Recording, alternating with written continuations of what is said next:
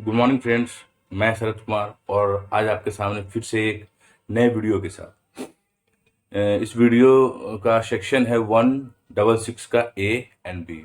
इसमें ये बताया गया है कैसे अगर कोई भी अपराधी या कोई भी अपराध से रिलेटेड डॉक्यूमेंट, दस्तावेज या कोई भी पर्सन जिसके पास ऐसा सबूत हो, ऐसा कोई भी सबूत प्राप्त हो सकता है, ऐसा कोई भी एविडेंस मिल सकता है, अगर वो व्यक्ति आउट ऑफ इंडिया रह रहा हो तो कैसे यहाँ से प्रक्रिया जारी की जाएगी, कैसे यहाँ से सूचना वहाँ भेजा जाएगा, इसके बारे में आज हम बात करते हैं।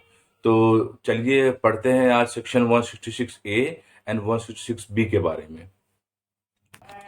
ये जो है, आप सबसे पहले अपना बेयर खोल लीजिए तो चीज़ें ज़्यादा समझ में आएगी। आज हम बेयर को पढ़ते पढ़ते समझाने की कोशिश करेंगे जिससे कि आप लोगों को थोड़ा सा सही तरीके से समझ में आए। तो 166 ए का हेडिंग है letter of request to the competent authority for investigation in a country or place outside India.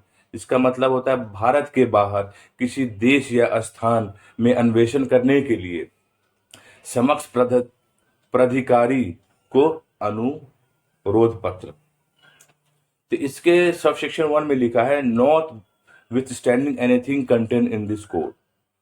इसका मतलब होगा कि इस संहिता में कोई भी बात के होते हुए भी, इस संहिता के कोई भी बात के होते हुए भी, मतलब कि जितने भी इसमें धाराएं हैं उसमें चाहे जो भी लिखा हो, उसमें कोई भी बात लिखा हुआ उसके होते हुए भी कोई भी इन्वेस्टिगेशन ऑफिसर या officer in charge of police station को ऐसा लगता है कि कोई भी ऐसा सबूत, कोई भी ऐसा एविडेंस इंडिया के बाहर इस कंट्री में इस व्यक्ति के पास मिल सकता है जो कि इंडिया से बाहर हो, तो उसके लिए कोई भी जो इन्वेस्टिगेशन ऑफिसर है या कोई भी officer in charge of police station है, वो क्रिमिनल कोर्ट से किसी भी क्रिमिनल कोर्ट को एप्लीकेशन भेजेगा।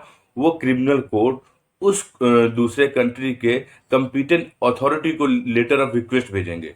कंपिटेंट अथॉरिटी कोई भी हो सकती है, हर एक कंट्री का एक अलग अलग अपना डिपार्टमेंटल होता होगा, तो कोई भी ऐसा कॉम्पिटेंट अथॉरिटी हो सकता है वहाँ के कोई कोर्ट को भेजे। तो प्रोसेस वो जब हर एक कंट्री के हिसाब से डिफर कर सकता है। तो यहाँ की कोई भी, इंडिया की कोई भी क्रिमिनल कोर्ट्स वहाँ के किसी कॉम्पिटेंट अथॉरिटी को लेटर ऑफ रिक्वेस्ट भेजेंगे और उसमें बताएंगे कि ऐसे जगह पे एक व्यक्ति है जो आपके क्षेत्राधिकार में रह रहा है, उसके पास बहुत सारे इस केस से रिलेटेड तथ्य हैं, बहुत सारे डॉक्यूमेंट है, दस्तावेज हैं, तो इनसे ऐसा संभावना है कि ऐसा उनके पास हो सकता है। तो वहाँ के दूसरे कंट्री के जो कंपिटेंट अथॉरिटी है वो क्या करेंगे, वो पर्सन को रिकॉल करेंगे, उनसे सारी उनसे सारी बातचीत की जाएगी। बातचीत के दौरान जो भी बातें हैं उसको रिकॉर्ड किया जाएगा और कोई भी डॉक्यूमेंट हो उसको प्रस्तुत करने के लिए कहा जा सकता है। उसके बाद उन्होंने क्या, जो भी दूसरे कंट्री के कंपिटेंट अथॉरिटी है वो सारा डिटेल अपने साथ इकट्ठा करके, सारा डॉक्यूमेंट एक साथ करके वापस से यहाँ पे इंडिया में जो क्रिमिनल कोर्ट ने रिक्वेस्ट करी थी, लेटर रिक्वेस्ट भेजा था, उसको प्राप्त की जाए, उसको वो भेज दिया जाएगा उसको। तो 166 ए के फर्स्ट में सिर्फ इतना ही। अब इसमें पढ़ते हैं 2 में क्या दिया हुआ है। 166 के सेक्शन 2 में बताया है कि कोई भी लेटर ऑफ रिक्वेस्ट होगा वो जो यहाँ से भेजा जाएगा उसका प्रोसीजर जो है वो इस तरीके से किया जाएगा जैसे कि सेंट्रल गवर्नमेंट का एक प्रोसेस होता है, तो अपने सेंट्रल गवर्नमेंट के प्रोसेस के थ्रू हो जाएगा। इसमें पढ़ते हैं the letter of request shall be transmitted in such manner as central government में स्पेसिफाई इन दिस बिहाफ। तो ऐसा कोई भी तरीका हो सकता है जो कि सेंट्रल गवर्नमेंट समय समय पे उसमें कुछ सुधार कर सकता है, बदलाव कर सकता है। तो जो भी लेटेस्ट तरीका होगा वहां पे लेटर ऑफ रिक्वेस्ट भेजने का, वो तरीका यूज किया जाएगा। और इसके 166 ए के थर्ड में लिखा है एवरी स्टेटमेंट रिकॉर्डेड और डॉक्यूमेंट और थिंग रिसीव अंडर सबसेक्शन 1। जो सबसेक्शन 1 में जो भी हमने डॉक्यूमेंट रिसीव किया था दूसरे कंट्री के कंपिटेंट अथॉरिटी से, डॉक्यूमेंट जैसे कोई भी हो सकता है उन्होंने कोई भी इसका बयान दर्ज करके भेजा हो, कोई ऐसा डॉक्यूमेंट जो उस व्यक्ति के द्वारा रिसीव किया गया हो, उन्होंने जो भेजा है वो, उसको एक एविडेंस माना जाएगा, हमारे इंडियन एविडेंस एक्ट के अनुसार उस एविडेंस को वैलिड माना जाएगा। तो 3 में बस इतना ही। और अब हम बात करते हैं सेक्शन 166 बी के बारे में। ए और बी में बस माइनर फर्क है। इसमें ये बताया गया है कैसे अगर दूसरे कंट्री को ये जरूरत पड़े कि हाँ इंडिया में कोई ऐसा इन्वेस्टिगेशन होना अनिवार्य है रिलेटेड टू एनी केस, तो उस केस में दूसरे जो कंट्री वाले हैं कैसे रिक्वेस्ट भेजेंगे, ऐसा बी में लिखा है। ठीक है, तो ए और बी में बहुत माइनर फर्क है। तो बी में देखते हैं, इसका हेडिंग है letter of request from a country or place outside India to a court or an authority for investigation in India. आपने बैग खोला है, मैं यही आशा करता हूँ बैग से समझेंगे तो चीजें समझ में आएगी। अभी हम लोग ऐसे बुक्स नहीं पढ़ रहे हैं जो बेरक पढ़ रहे हैं, हम लोग पहले बेसिक चीजें पढ़ रहे हैं। अगर हम लोग बेरक जब पढ़ना सीख लेंगे, समझने लगेंगे, तो फिर हम आगे बुक से भी एक्सप्लेन करेंगे। आने वाले समय में बहुत सारा एमसीक्यूज क्वेश्चंस, मेंस पर्पस के लिए क्वेश्चंस मैं बहुत जल्दी अपलोड करने वाला हूँ। तो चलिए पढ़ते हैं 166 बी में क्या दिया गया है। इसके सबसेक्शन फर्स्ट में दिया गया है, इसमें लिखा है upon receipt a letter of request from a court or authority in a country or place outside India. जैसे कि हम लोगों ने यहाँ से लेटर ऑफ रिक्वेस्ट भेजा था, वैसे ही वहां से जो कंपिटेंट अथॉरिटी है या कोई कोर्ट है जो वहां से इंडिया में लेटर ऑफ रिक्वेस्ट भेजेंगे। तो जैसे ही लेटर ऑफ रिक्वेस्ट वहां से आएगा, उसमें ये रिक्वायरमेंट होगी कि कोई भी व्यक्ति का या कोई भी पर्सन का कोई भी जगह पे जाके ऐसा इन्वेस्टिगेशन करने की रिक्वायरमेंट है।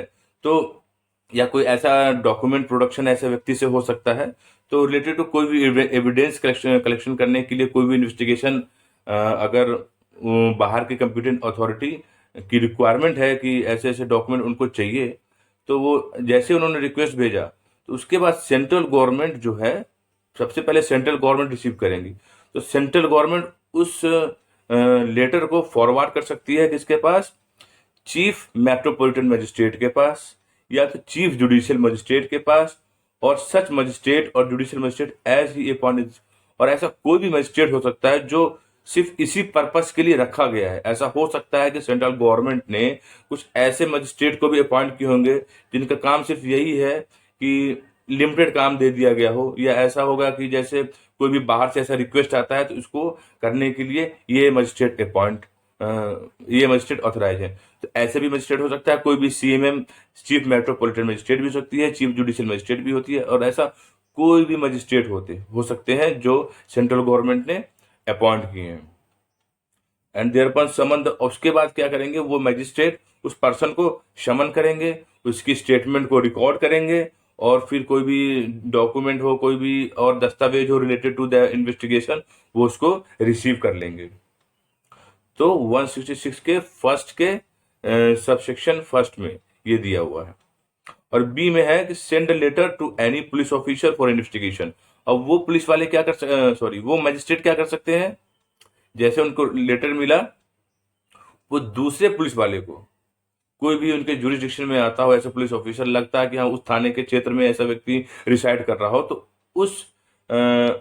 उस पुलिस ऑफिसर, वो इंचार्ज जो ऐसे थाने होंगे जहां पे वो व्यक्ति रह रहा हो, उस ऑफिसर को नोटिस भेजा जाएगा, और फिर वो जो इन्वेस्टिगेशन ऑफिसर सेम उसी प्रकार से इन्वेस्टिगेशन करेंगे जैसे कि हम लोगों ने 165 में पढ़ा था। तो इन्वेस्टिगेशन का प्रोसेस जहां भी ऐसा होगा वो according to the procedure of 165 of CrPC.